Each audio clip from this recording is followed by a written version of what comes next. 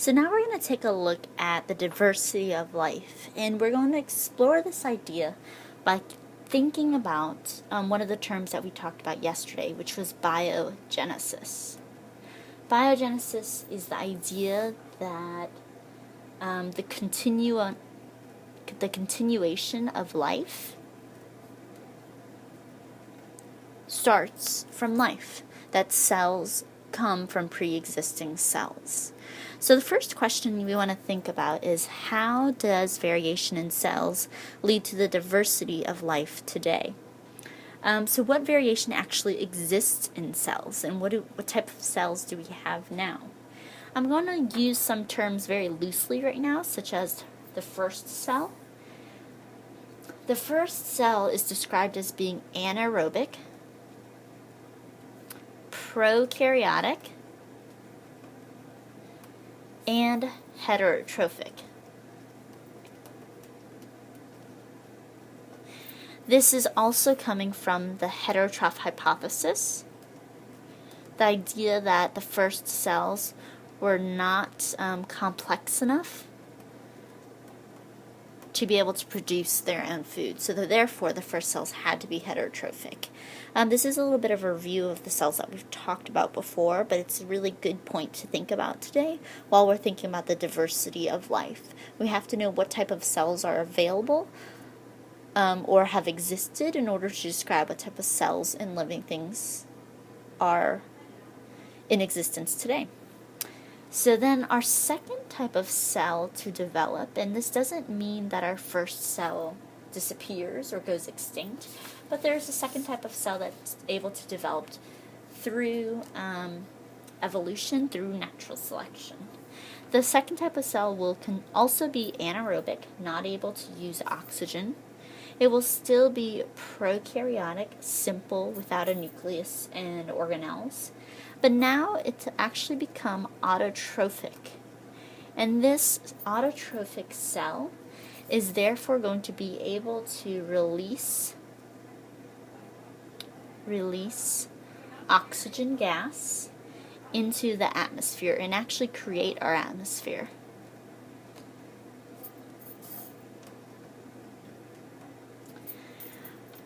After we have oxygen in the atmosphere available, then we're able to lead to development of our third cell type, which is now aerobic, because oxygen is available for cellular respiration.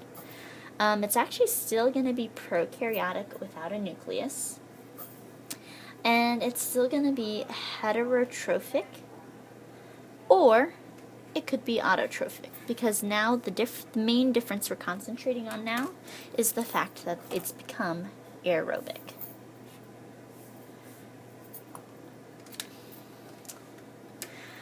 And then our fourth cell is eventually going to lead to more complex cells, which of course is our eukaryotic cells. So we're going to take some time today to look at the endosymbiont theory,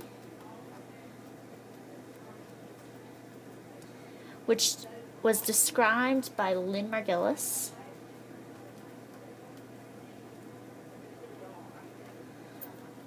as to how can we explain how our eukaryotic cells came to be.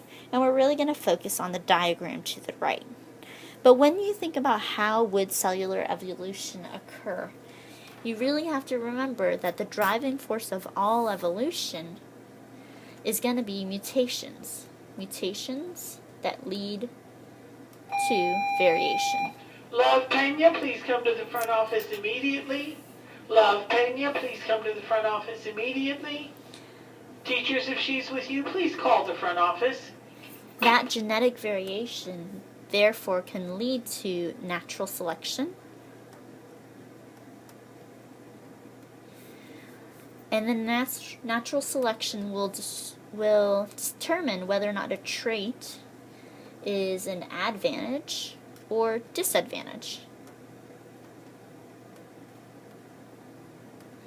and will result in whether or not that organism is going to be efficient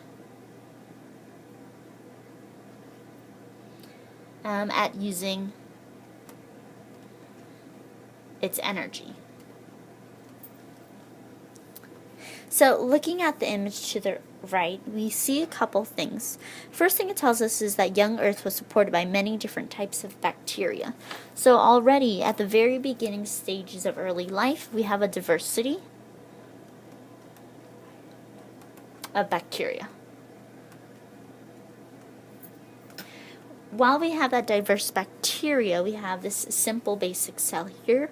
We have this oxygen-breathing bacterium, which actually represents our aerobic mitochondria. And we have a photosynthetic bacteria, which I'm sure you guys can think of as representing our chloroplast. And it's able to release O2, oxygen, as waste. Next, this is a really good picture because it describes a lot for us. It says that most membrane-enclosed organelles, including the nucleus, ER, and Golgi, probably originated from the deep folds in the plasma membrane. So notice here that they're actually showing you this infolding. And remember that folding is important because the more folds you have, the more surface area you have. And the more surface area you have, the more efficient you can be. And the more efficient you are, well, the more work you can get done, the more likely you are to be able to survive. Remember the idea of form relating to function, that shape is related to the job of the cell, of the organelle, of the organism. Next, it says that the mitochondria and chloroplast originated as bacterial cells that came to live inside of a larger cell. When you're living inside of this larger cell, this is symbiosis. And symbiosis is a permanent relationship. So for some reason, it was beneficial for these smaller bacterium to move inside of that larger one and eventually become chloroplast. And eventually become, in this one, all eukaryotic cells having mitochondria.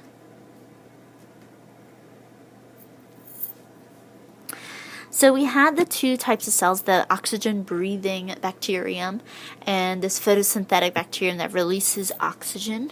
We know that eventually those two joined or fused with this larger cell. And because all eukaryotic cells have mitochondria, we believe that this event is first. The mitochondria became part of the cell first, and later on we were able to produce these photosynthetic plant cells. One thing to keep in mind that's really important here is that both cells have their own circular, and actually I should say both organelles, both organelles have their own circular DNA and can self-replicate and and they also both have a double membrane around the organelle itself, not just the cell. So both organelles have their own circular DNA, they both can self-replicate, and they both have a double membrane.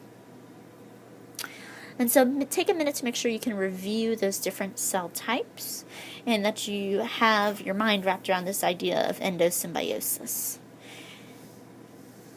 So, what is the most currently accepted phylogenetic tree of life?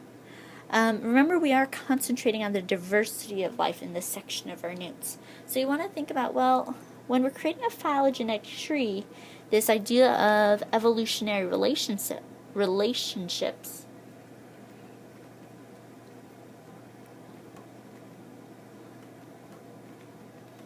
How do we do that? How do we compare them?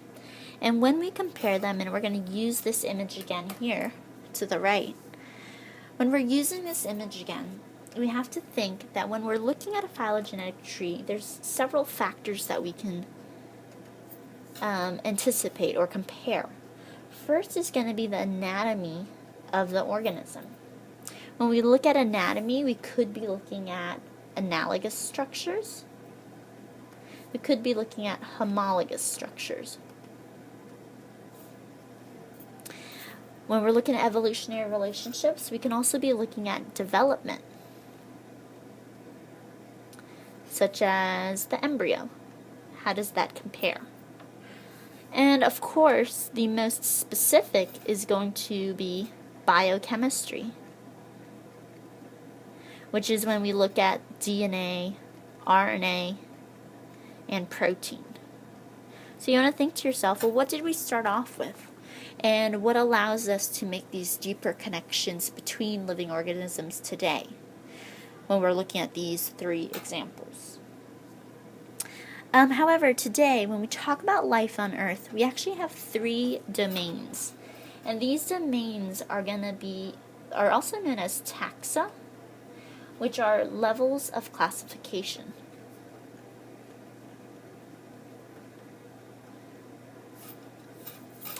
So these taxa are basically the ways in which we group organisms. And we group living things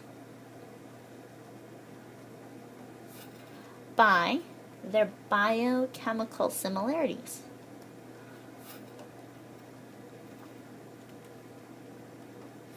Such as DNA and cell structure. So we have eubacteria. I want you to add the EU to it. Eubacteria are common bacteria such as staph, E. coli. We have our eukaryotes, which are the plants, animals, fungus.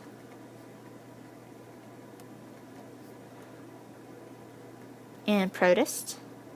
And we have our archaebacteria, which are also known as extremophiles because of the fact that they can live in very extreme environments, such as the Dead Sea, where the salinity is very, very high. So with this, we're exploring, what did we do today? We explored the different cell types that have existed or still exist today. We've kind of described how it's possible to produce these different types of cells through the endosymbiont theory. And we looked at how did we actually separate those groups, because we will be paying attention to classification in this unit as well. How do we group different living organisms? Make sure you finish up your note card and take time to answer the rest of the questions on the lecture.